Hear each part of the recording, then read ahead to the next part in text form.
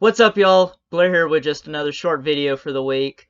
It's Friday, and I'm hoping you've had a really good week.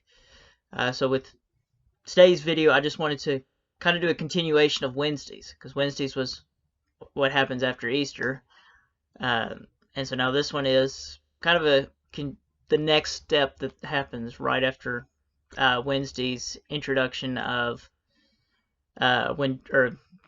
Wednesday when Jesus is leaving the earth after 40 days after his resurrection.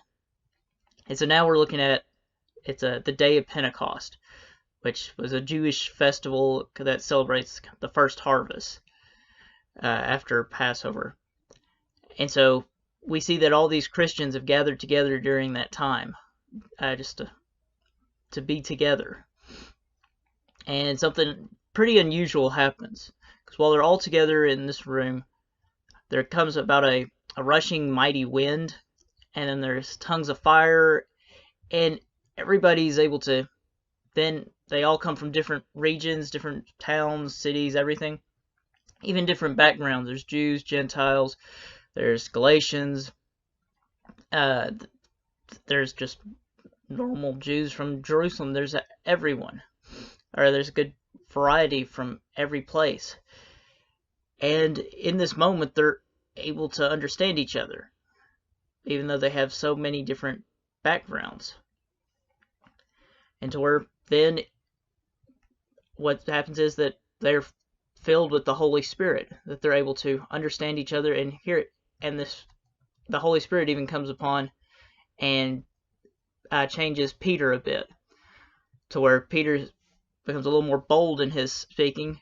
Because if you remember from what would have been 53 days ago from this point, he was denying Jesus, saying, "I don't know that man." And so now we see that he is actually being filled with the Holy Spirit as well, and becoming more, and is more bold, and actually stands up to more or less teach these people.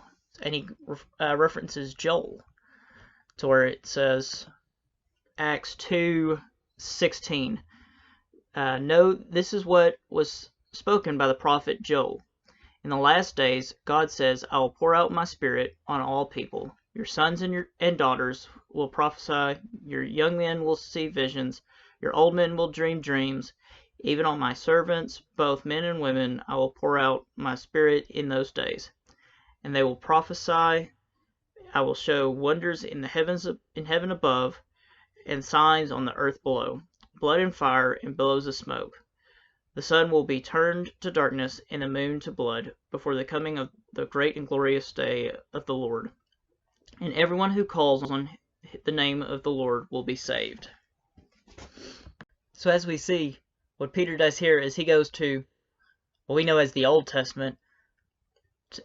Jews would just know it as from the prophets of Joel, to show that this is what God is working in them, because that his spirit will be poured out onto all flesh.